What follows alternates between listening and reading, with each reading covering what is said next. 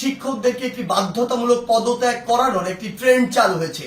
যে জায়গাটি নিয়ে আসলে কথা হচ্ছে এবং কথা হওয়া উচিত, এবং এই জায়গাটিতে আসলে অনেক প্রশ্ন রয়েছে। প্রথম কথা হচ্ছে, কোনো একজন শিক্ষক যদি কোনো একটি রাজনৈতিক দলের হয় বা মতাদর্শকে বিশ্বাস করে, এটার কারণেই আমি তাকে পদত্যাগে বাধ্য করতে পারি কিনা। আবার আরেকটি কথা এখানে রয়েছে, সেটি হচ্ছে এই পদত্যাগ করানোর যে অথরাইজেশন, এটি আমার আছে কিনা, বা আমি এমন অথরিটি কিনা, আইনসঙ্গতভাবে এটি আমি করতে পারি কিনা। তার পূর্বে আমাদের বিশেষ কিছু প্রেক্ষাপটগুলো চিন্তা করতে হবে। আসলে আমরা আমাদের জায়গা থেকে যারা স্টুডেন্ট রয়েছে রানিং, তারা অনেকে শুধু মনে করি যে আমরাই মনে হয় পদত্যাগ করাচ্ছি, কিন্তু আমরা জানি না এর পিছনে আসলে কি কি ঘটনা রয়েছে কিংবা কি কি প্রেক্ষাপট রয়েছে। যেমন আমি আমার বিশ্ববিদ্যালয়ের উদাহরণ দিয়ে যদি বলি, এই বিশ্ববিদ্যালয়ে একটি দল, শিক্ষকদের একটি দল, যারা তখনকার ক্ষমতাসীন রাজনৈতিক দলের একটি মদতপুষ্ট তারা ছিল। সেই জায়গা থেকে তারা যখন আমাদের এই যে আন্দোলন, এই আন্দোলনের বিপক্ষে দাঁড়িয়েছিল। আবার অল্প কিছু শিক্ষক আছে, এই সংখ্যাটি খুবই কম, তারা একদম নিউট্রাল জায়গা থেকে আমাদের আন্দোলনের পক্ষে দাঁড়িয়েছিল। আবার একটা বড় সংখ্যক শিক্ষক ছিল যারা আমাদের আন্দোলনের ঠিকই পক্ষে দাঁড়িয়েছে, কিন্তু তারা আমাদের স্বার্থ চিন্তা করে নয়, বরং এই স্বার্থ চিন্তা করে দাঁড়িয়েছিল যে এরপরে যদি কোনো রাজনৈতিক দল ক্ষমতায় আসে, তারা ওই রাজনৈতিক দলের আসলে একটি গুরুত্বপূর্ণ স্টেক হোল্ডার, তখন তারা এই ফলটি ভোগ করবে। অর্থাৎ আলটিমেটলি এখানে দুইটি ভাগ রয়েছে। আমাদের এটি মনে করার কোনো কারণ নেই যে আগের যে দলটি ছিল, যারা আমাদের বিপক্ষে ছিল, তারা বাদ দিয়ে সবাই আমাদের পক্ষে, বরং ব্যাপারটি এমন নয়। আমরা যদি স্কুল কলেজের ক্ষেত্রে এই বিষয়টি লক্ষ্য করি, তাহলে আমরা দেখতে পাবো হয়তো কোনো শিক্ষক হয়তো আওয়ামী লীগের রাজনীতির সাথে জড়িত ছিল, কিন্তু থাকে বলেই তাকে আমি পদত্যাগ করাতে পারি কিনা বা করানো উচিত কিনা। যে কেউ যে কোনো রাজনৈতিক আদর্শে বিশ্বাসী হতে পারে, কিন্তু আমার প্রশ্নটি হচ্ছে, ওই রাজনৈতিক আদর্শে বিশ্বাসী হয়ে তিনি কি ক্ষমতার অপব্যবহার করে শিক্ষার্থীদেরকে চরমভাবে বাধা দিয়েছেন কিনা, শিক্ষার্থীদেরকে হেনস্থা করেছেন কিনা, কিংবা শিক্ষার্থীদেরকে কোনো একটি বিপদে ফেলেছেন কিনা, এই বিষয়গুলো আমাদেরকে লক্ষ্য রাখতে হবে।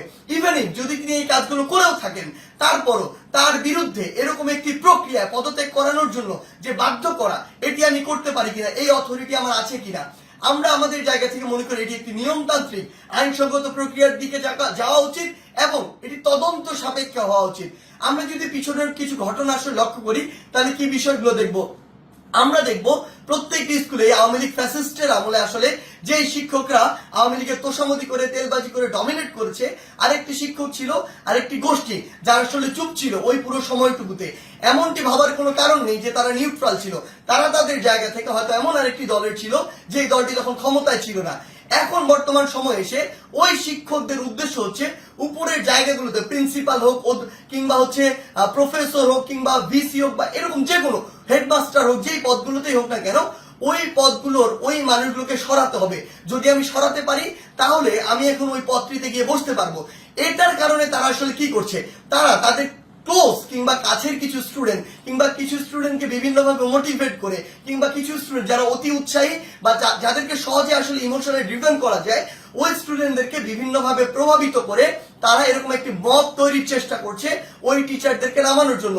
বলার সময় এমন ভাবে বলছে সে যেন একজন ফেরেশতা, কিন্তু আলটিমেটলি তার উদ্দেশ্য ওইটাই যে ওই শিক্ষককে স্টুডেন্টদের মাধ্যমে সরিয়ে, স্টুডেন্টদেরকে জাস্ট টুল হিসেবে ইউজ করা হয়, সরিয়ে তাকে ওই পদটিতে গিয়ে বসতে হবে, এটি হচ্ছে তার উদ্দেশ্য। আবার এখানে আরো বিশেষ কিছু বিষয় রয়েছে। বিষয়গুলো হচ্ছে এরকম যে টিচারদের মধ্যে কিছু নোংরা পলিটিক্স রয়েছে। আসলে আগে হয়তো পূর্ব কোনো শত্রুতা ছিল বা পূর্বের কোনো একটি রাগ বা ক্ষোভ ছিল, যেই রাগ বা ক্ষোভটিকে আবার এখন মেটানোর জন্য তারা এই ব্যবস্থাটুকু গ্রহণ করে। স্টুডেন্টদের যে সাইডটা, ওই সাইডটা কিন্তু আসলে জানে না যে এর ভিতরে কি কি পার্সপেক্টিভ রয়েছে। এই টিচারগুলো দেখা যায় কিছু স্টুডেন্টকে ব্যবহার করে, আশেপাশের কিছু ছেলে, যেই ছেলেগুলো আসলে এরকম কোনো কিছু চিন্তা না করে কিছু টাকা দিয়ে ওই ছেলেগুলোকে প্রভাবিত করা যায়, কিংবা অন্য কোনো সুবিধা দিয়ে প্রভাবিত করা যায়, কিংবা পরবর্তীতে কোনো একটি পদবীর সুবিধা দিয়ে আসলে ওই ছেলেগুলোকে প্রভাবিত করা যায়। ওই সামগ্রিক বিষয়গুলো দিয়ে এই কাজটি করা হচ্ছে।